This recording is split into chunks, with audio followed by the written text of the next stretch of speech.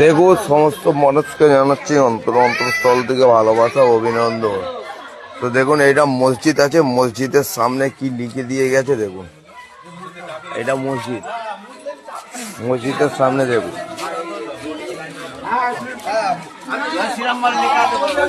জয় শ্রীরাম বলে লেখা আছে। দেখুন মসজিদের সামনে লিখে দিয়ে চলে গেছে, দেখতে পাচ্ছেন ঝুলা শিবলা মসজিদ এইটা।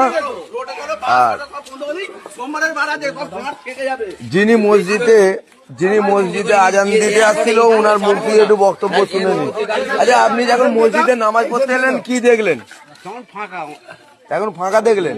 আচ্ছা, অন্ধকার ছিল একদম। আমি ভিতরে লাইট ফাইট জ্বালালাম, তারপর আজান দিয়েছি। আজান দেওয়ার পরে সুন্দর নামাজ পড়ে বসে আছি। হ্যাঁ, তো উনি যে বলছে মুদির সামনে রং কেন হতো, আমি কোথায় রং আমি দেখে নিয়েছি। কে বলছে? ইমাম সাহেব বলছে।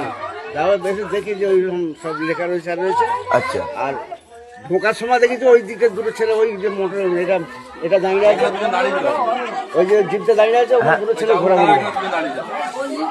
আচ্ছা, আপনি কি ছেলেগুলোকে আগে কখনো দেখেছেন এই এরিয়ায়?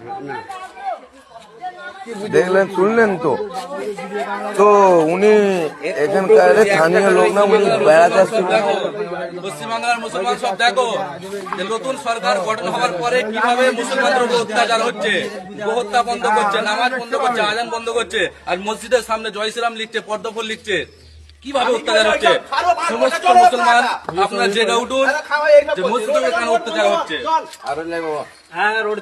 এইটার জন্য আপনারা বিকল্প ব্যবস্থা কি নেবেন?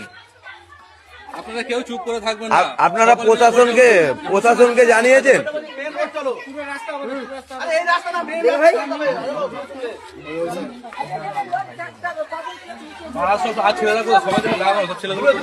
চব্বিশ ঘন্টার মধ্যে আমাদের আসামি চাই, ঠিক আছে? নাহলে ঘন্টার মধ্যে অ্যারেস্ট চাই। 24 ঘন্টার মধ্যে অ্যারেস্ট না হলে আমরা এটা মুছছি না, আর পথ অবরোধ করবো, থানা আমরা অপরাধ করবো। একদম বলে দেবো।